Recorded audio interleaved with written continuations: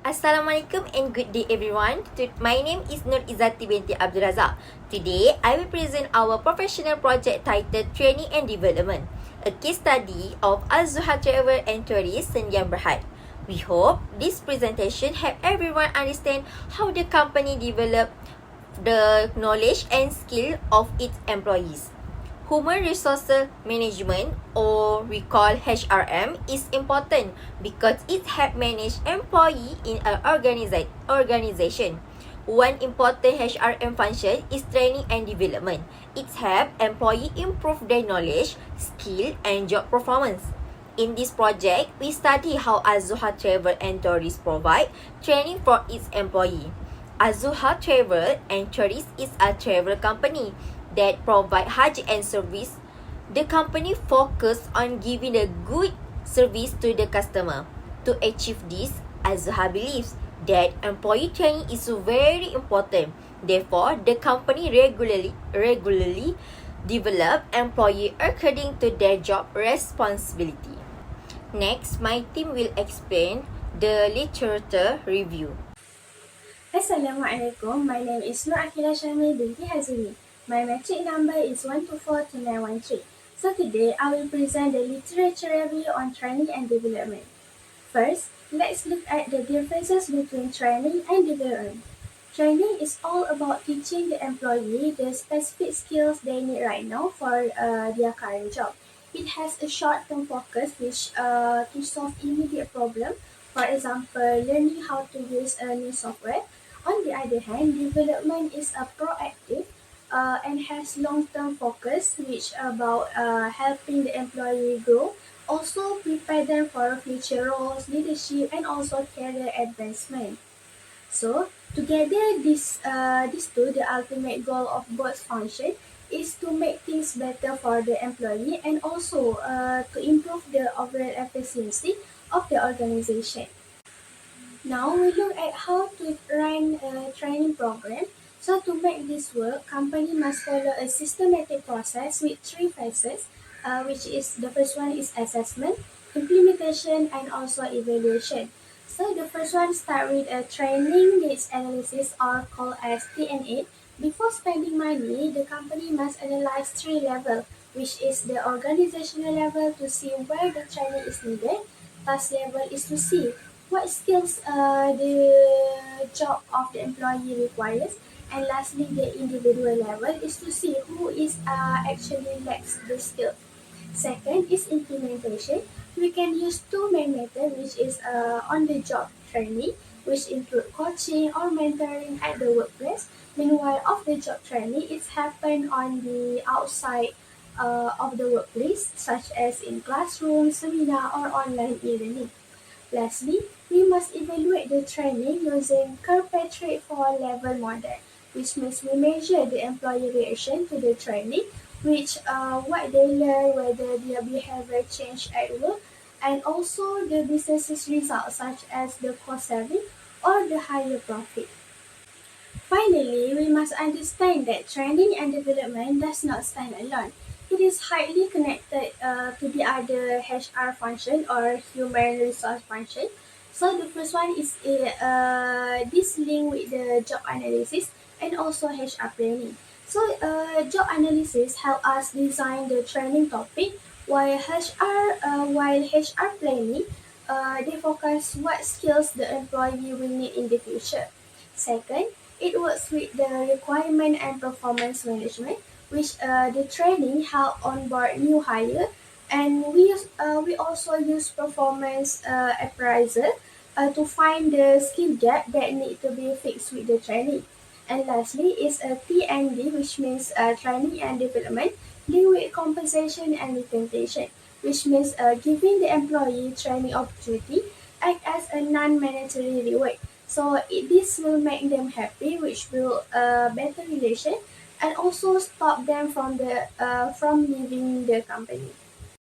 Assalamualaikum. My name is Siti Asha binti Abdul Rahim and my metric number is 1242912. So in this presentation, I will explain about our qualitative interview with Dr. Nur Shahira, the head of public relations at Azuha Group. So from this interview, we asked the Azwa group for 6 questions, and we will discuss in our present by me and by our members, Izati. So let's go to the question number 1 and question number 2.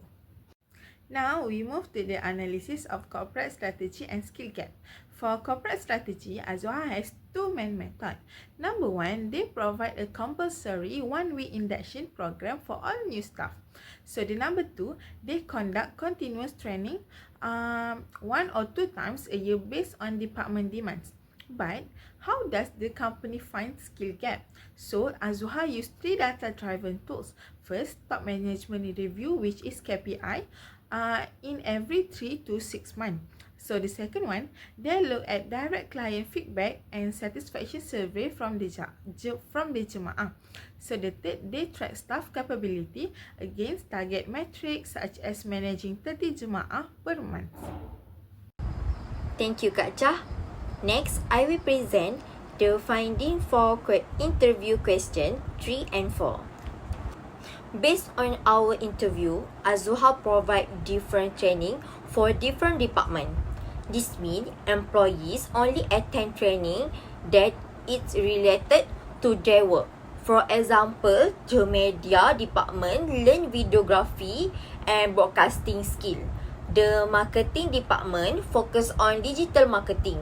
Meanwhile, the PR and sales department receive communication and customer service training. Azwa used 2 types of training. The first is in-house training, where senior manager train employee inside the company. And the second is external training, where outside expert conduct workshop and courses. This combination help employee gain practical experience and learn the latest industry knowledge. Thank you. That is all for interview question 3 and 4. Now, I would like to invite Kak Chah to continue with interview question 5 and 6. Thank you, Izati. Now let us look at the analysis of training evaluation, operational challenge and solution. For evaluation, Azwa completely reject traditional and slow annual paper form. Instead, they use execution-driven evaluation. This is because right after training, staff are assigned to short-term or real-world project.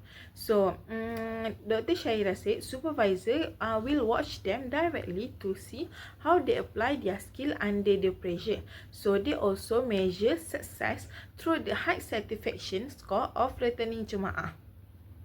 For challenges, the main problem is time constraint. This is where staff are very busy, which cause attendee repetition, where only a specific group of free staff keep getting trained. So the same people go train every time have training. Also, due to local demographic, many married female staff face travel and childcare limit for long workshop.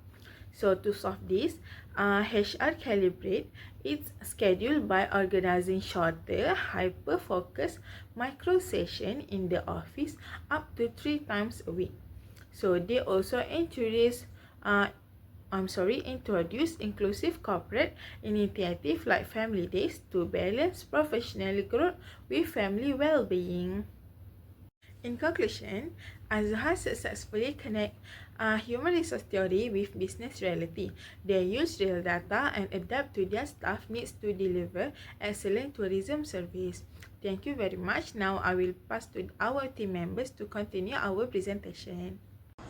Assalamualaikum warahmatullahi wabarakatuh. My name is Raina Fakihah binti Sukriman, and now I will be presenting the critical comparison between theory and reality in Azwa Travel and Tours. On one hand, the academic literature view presents highly structured systematic models. Books assume that businesses have clean organizational structures, predictable schedules, linear worker availability, and that every employee has equal access to learning resources. So, but on the other hand, operational industry reality tells a completely different story. Corporate education is inherently dynamic. Real business face pragmatic modification, resource constraints, rapid technology shift, and local demographic dynamics. All of these require extreme flexibility over rigid guidelines. So, to give you an absolute bird's eye view of how this plays out, here is the comparison matrix for Azuha. We map out 5 key elements comparing textbook theory against Azuha real-world practice. So, for the first, for the TNA method, theory asks for systematic multi-level assessment. Azuha align with this by using strict KPI reviews and Jama'ah feedback loops driven by cost efficiency. So, for the second, for delivery, both advocate for a strategic hybrid framework. Azuha use internal MBAS for mentoring alongside external agency to balance resources. So, for the third one, for evaluation, this is where we see a difference. Textbook push for Kirkpatrick's level model, but Azuha use execution-driven real-world projects due to the operational velocity. So for the fourth, for demographics, instead of assuming everyone has linear availability, Azuha adapts with micro-session and family days to ensure female talent retention. Okay, finally, for the last one, on equity, perfect fair distribution is standard in theory, but in reality, Azuha deals with attendee reputation where only temporarily free staff attend, simply to protect 24/7 continuity. Now, let's break down these two realities. First, look at the where practice match theory. Data-driven TNA training at Azuha is not a random. They look at exact KPI data and direct Jama'ah feedback to target real skill gaps and prevent budget waste. For customization, they reject one-size-fits-all training aligned precisely with departmental needs, meaning the media team master video teach while sales focus on conflict resolution. So, for the hybrid delivery, internal MBA managers handle on-the-job mentoring for cost control, while external agency quickly inject fresh new digital trends. Okay, so however, look at the bottom half where reality force changes. Okay, so for the education testing, tourism moved way too fast for Kirkpatrick's slow written test. Azuha immediately assigns staff to live project to prove their competency quickly under real-world pressure. So for the adaptive scheduling, standard long training programs completely ignore working mothers to accommodate child care limits and retain married female staff. Azuha runs short in office microsession 3 times a week. So for the attendee reputation, lastly, perfect training equity is practically impossible to maintain 24/7 business continuity. Managers can only send staff who are temporarily free, unfortunately leaving the busy staff behind. This proved that while theory gives a great foundation, real-world industry survival demands practical adaptability. Thank you. Assalamualaikum warahmatullahi wabarakatuh. My name is Muhammad Nakyuddin bin Aidi Azhar. My number matric is 1242304 and my part is group perception. Based on our comparison between HR theories and the actual practice at Azuha, our group believed that the company has adopted a practical and flexible approach to training and development. Instead of following theoretical models exactly, the company adjusts its training strategies according to the needs of the business and the fast-changing tourism industry. They also use a data-driven training need analysis by evaluating KPIs, customer feedback and employee performance to identify skill gaps. In addition, the department-specific training and hybrid training approach help employees gain more internal knowledge and update industry appetite. However, we also found some challenge, such as the lack of long-term evaluation and unique opportunities for some employees to attend training. Overall, We believe that Azuha has implemented an effective and realistic T&D strategy that support both employee development and organizational performance. Next, we go to the group stand. Based on our finding, our group agrees that Azuha has successfully implemented an effective training and development program that improve employee competencies and support organizational performance. However, we believe there are still several areas that can be improved. Firstly, the company should complement its execution-based evaluation with more formal assessment methods such as employee surveys, competency tests, and regular performance review to measure both short-term and long-term learning outcomes. Secondly, the company should ensure fair training opportunities by introducing a rotation system and maintaining individual training records. Finally, digital learning platform and a recorded training session should be provided so that employees who are unable to attend due to operational commitments can still access the training materials. Overall, our group believes that Azuha has achieved a good balance between HR theories and practical business need while continue to improve its training and development practice.